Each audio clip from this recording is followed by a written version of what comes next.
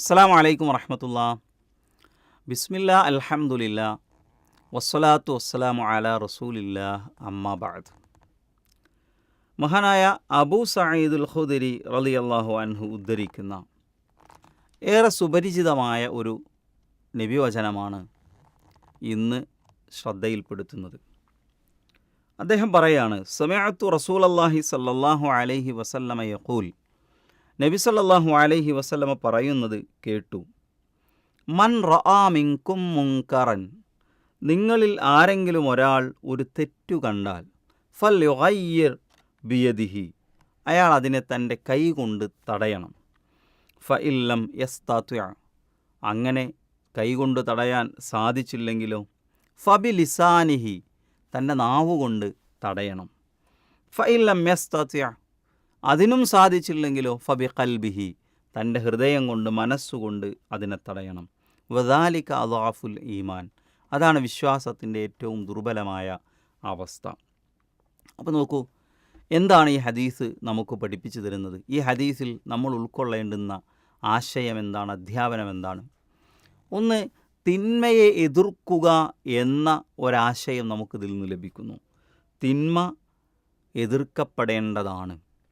സമൂഹത്തിൽ തെറ്റ് വ്യാപിക്കുമ്പോൾ മൗനം ദീക്ഷിക്കുക എന്നുള്ളത് ഒരു വിശ്വാസിക്ക് യോജിച്ചതല്ല.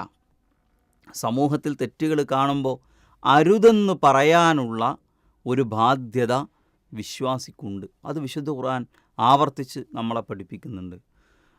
നിങ്ങളിൽ നിന്ന് ഒരു ഫല്യക്കും മിൻകും ഉമ്മത്തുൻ യദ്ഊന ഇലൽ ഖൈരി വയഉമുറൂന ബിൽ മഅറൂഫി വയൻഹൗന അനിൽ മുൻകർ, നന്മ കൽപ്പിക്കുന്ന, തിന്മ വിരോധിക്കുന്ന, നന്മയിലേക്ക് ക്ഷണിക്കുന്ന ഒരു സമൂഹം നിങ്ങളിൽ നിന്നുണ്ടാകട്ടെ. വിശ്വാസി സമൂഹത്തെ ഒരുപാട് സന്ദർഭങ്ങളിൽ യഉമുറൂന ബിൽ മഅറൂഫ് വയൻഹൗന അനിൽ മുൻകർ, നന്മ കൽപ്പിക്കുന്നു, തിന്മ വിരോധിക്കുന്നു എന്ന രണ്ട് ഗുണങ്ങളിൽ പരിചയപ്പെടുത്തുന്നത് നമുക്ക് കാണാൻ സാധിക്കും. പല പല സന്ദർഭങ്ങളിലും പ്രവാചക വചനങ്ങളിലും വിശുദ്ധ ഖുർആനിലുമൊക്കെ വഅ്മുർ ബിൽ മഅറൂഫ് വൻഹ അനിൽ മുൻകർ, നിങ്ങൾ നന്മ കൽപ്പിക്കണം, തിന്മ വിരോധിക്കണമെന്ന് അള്ളാഹുവിൻ്റെ, അവൻ്റെ പ്രവാചകൻ്റെ കൽപ്പന നമുക്ക് കാണാൻ സാധിക്കും.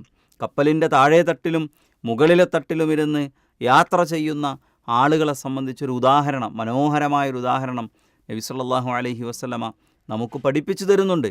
പ്രവാചകൻ പറയാണ്, മുകളിലേക്ക് പോയി വേണം ശുദ്ധവെള്ളം എടുക്കാൻ. താഴെ തട്ടിലെ ആളുകൾക്ക് വെള്ളം കിട്ടണമെങ്കിൽ മുകളിൽ പോകണം. അപ്പോൾ താഴെ തട്ടിലെ ആളുകൾ തീരുമാനിച്ചു, നമ്മൾ എന്തിനാണ് മുകളിലേക്ക് ഇങ്ങനെ കയറി ഇറങ്ങുന്നത്? നമുക്ക് നമ്മളിരിക്കുന്നിടത്തൊരു ദ്വാരമുണ്ടാക്കിയാൽ താഴെ നിന്ന് യഥേഷ്ടം വെള്ളം ലഭിക്കുമല്ലോ. എന്നിട്ട് അള്ളാഹുവിൻ്റെ റസൂൽ ചോദിക്കുന്ന ഒരു ചോദ്യമുണ്ട്, ആ കൂട്ടത്തിൽ ആരെങ്കിലും ഒരാൾ അയാളുടെ കൈ പിടിച്ചില്ലെങ്കിൽ എന്തു സംഭവിക്കും? ആ കപ്പലിന് ദ്വാരമുണ്ടാക്കുന്ന ഒരാൾക്ക് മാത്രമാണോ അപകടം സംഭവിക്കുക? ആ താഴെ തട്ടിൽ യാത്ര ചെയ്യുന്ന ആളുകൾക്ക് മാത്രമാണോ അപകടം ഉണ്ടാവുക? അത് മുഴുവൻ നശിച്ചു പോകും. എന്നതുപോലെയാണ് സമൂഹത്തിൽ കാണുന്ന തിന്മകളെ എതിർക്കുക, അത് പാടില്ലെന്ന് പറയുക, അതിനെതിരെ പ്രബോധനം നിർവഹിക്കുക എന്നുള്ളത് ഒരു വിശ്വാസി ഗൗരവത്തോടെ നിർവഹിക്കേണ്ടുന്ന ഒരു കടമയായി പഠിപ്പിക്കുന്നു. അതിൻ്റെ വിവിധ ഘട്ടങ്ങളാണ് പഠിപ്പിക്കുന്നത്. ഒന്ന്, ഫൽയുഗയ്യിർ ബിയദിഹി എന്നാണ്, കൈകൊണ്ട് തടയണം. എല്ലായിടത്തും കൈകൊണ്ട് തടയാൻ സാധിക്കുമോ? ഇല്ല. അങ്ങനെ എല്ലായിടത്തും കൈകൊണ്ട് തടയാനും പാടില്ല. അവിടെ ഭരണാധികാരികളെ സംബന്ധിച്ചാണ് ഈ വാചകം ഉപയോഗിക്കുന്നത് എന്ന വിശദീകരണങ്ങൾ പണ്ഡിതന്മാർ നൽകുന്നത് കാണാൻ സാധിക്കും. ഇനിയൊരു വ്യക്തിക്കു തന്നെയും അയാളുടെ ഉടമസ്ഥതയിലുള്ള, അയാളുടെ രക്ഷാകർതൃത്വത്തിലുള്ള കുട്ടികളെപ്പോലെയുള്ള സന്ദർഭങ്ങളിലൊക്കെ അവരെ തെറ്റ് കാണുമ്പോൾ കൈകൊണ്ട് തടഞ്ഞു നിർത്തുക എന്നുള്ളത് സാധ്യമാകുന്ന ഇടങ്ങളാണ്. അവിടെ അങ്ങനെ തന്നെ അത് നിർവഹിക്കേണ്ടതുണ്ട്. കൈകൊണ്ട് തടയാൻ കഴിയാത്ത സ്ഥലങ്ങളാണെങ്കിലോ നാവുകൊണ്ട് പറയണം, ഇത് ചെയ്യരുതെന്ന് പറയണം, ഇത് തെറ്റാണെന്ന് ബോധ്യപ്പെടുത്തണം. ഇനി അതിനും കഴിയില്ലെങ്കിലോ മനസ്സുകൊണ്ട്, ഹൃദയം കൊണ്ട് അതിനെ വെറുക്കണം. അപ്പോൾ കൈകൊണ്ട് തടയാൻ കഴിയുന്ന ഇടങ്ങൾ വളരെ കുറവാണ്. നാവുകൊണ്ടുള്ള പ്രബോധനമാണ്, നിരോധനങ്ങളാണ്, അതിനെതിരെയുള്ള ബോധവൽക്കരണങ്ങളാണ് നടക്കേണ്ടത്. അവിടെയൊക്കെ അത്തരം പ്രവർത്തനങ്ങൾ നിർവഹിക്കുന്ന ആളുകൾ പാലിക്കേണ്ടുന്ന മര്യാദകളും ഇസ്ലാമിക പ്രമാണങ്ങളിൽ നമുക്ക് കാണാൻ സാധിക്കും. ഒരു തെറ്റ് ഒരാളിൽ കാണുമ്പോൾ എന്ത് മനോഭാവത്തോടു കൂടിയാണ് അയാളെ തിരുത്തേണ്ടത്? ഏതെങ്കിലും മുമ്പുള്ളൊരു മുൻവൈരാഗ്യം മനസ്സിൽ വെച്ച്, എന്നാൽ ഇതൊരു അവസരമാണ്, പരമാവധി അങ്ങോട്ട് ഉപയോഗിച്ച് കളയാം, ആക്ഷേപിക്കാൻ കഴിയാവുന്നത്ര ആക്ഷേപിക്കുകയും അധിക്ഷേപിക്കുകയും തരം താഴ്ത്തുകയും ചെയ്യുന്ന ഒരു രീതിയിലേക്ക് പോകാൻ പറ്റുമോ? ഒരിക്കലും അത് പാടില്ല.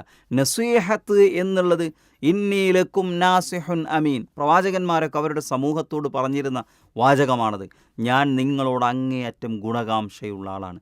അയാളുടെ നന്മയാണ് ലക്ഷ്യം വെക്കുന്നത്, അയാളുടെ പരലോക മോക്ഷമാണ് ലക്ഷ്യം വെക്കുന്നത്.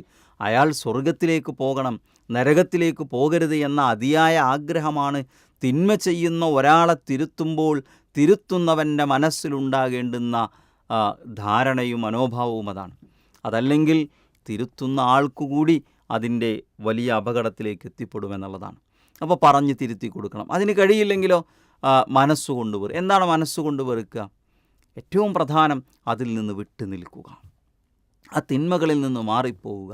അപ്പോൾ പരമകാരുണ്യകൻ്റെ അടിമകളെ സംബന്ധിച്ച് സൂറത്ത് ഫുർഖാനിൽ അള്ളാഹു പറഞ്ഞു, ഇബാദുർ റഹ്മാനിൽ ലദീന യംശൂന അലൽ അർളി ഹൗന, പരമകാരുണ്യകൻ്റെ അടിമകൾ ഭൂമിയിലൂടെ വിനയത്തോടുകൂടി നടക്കുന്നവരാണ്. വഇദാ ഖാതബഹുമുൽ ജാഹിലൂന ഖാലൂ സലാമ, അവിവേകികൾ അവരോട് സംസാരിക്കാൻ വന്നാൽ അവിടെ നിന്ന് അവരോട് തർക്കിക്കുകയും ശണ്ട കൂടുകയുമല്ല, അസ്സലാമു അലൈക്കും എന്ന് പറഞ്ഞ് പിരിഞ്ഞു പോകും. അല്ലേ? തെറ്റ് ചെയ്യുന്ന തിന്മകളുടെ അരികിലൂടെ നടന്നു പോകുന്ന വിശ്വാസി സ്വീകരിക്കുന്ന മനോഭാവം, രീതി വിശുദ്ധ ഖുർആൻ മറ്റു പല സ്ഥലങ്ങളിലും പഠിപ്പിക്കുന്നുണ്ട്. വിശ്വാസി പറയാൻ തലന അഅമാലുന വലക്കും അഅമാലുക്കും, അല്ലേ? സലാമുൻ അലൈക്കും ലാ നബ്തഗിൽ ജാഹിലീൻ, നിങ്ങൾക്ക് നിങ്ങളുടെ ജോലി, എനിക്കെൻ്റെ ജോലി. ഉണ്ടോ? ഞാൻ ഒരിക്കലും ഈ ജാഹിലുകൾ അവിവേകികളോടൊപ്പം നിൽക്കാൻ ആഗ്രഹിക്കുന്നില്ല. അസ്സലാമുൻ അലൈക്കും, നിങ്ങൾക്കു സലാം. അതിൽ നിന്ന് വിട്ടുപോവുകയാണ്, അത്തരം തെറ്റ് കാണുന്നിടത്ത് നിന്ന് മാറി സഞ്ചരിക്കുകയാണ്. അപ്പോൾ മനസ്സുകൊണ്ടുള്ള തിന്മയോടുള്ള വെറുപ്പാണത്.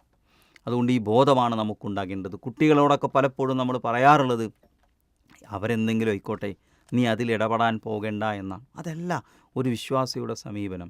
തെറ്റു കണ്ടാൽ അയാളുടെ നന്മ ഉദ്ദേശിച്ച് അയാൾക്കതിൻ്റെ ഗുണം ലഭിക്കണമെന്ന നിയത്തോടുകൂടി താല്പര്യത്തോടുകൂടി അത് ചെയ്യരുത് എന്ന് പറഞ്ഞു കൊടുക്കലാണ് വിശ്വാസി നിർവഹിക്കേണ്ട ഉത്തരവാദിത്വം.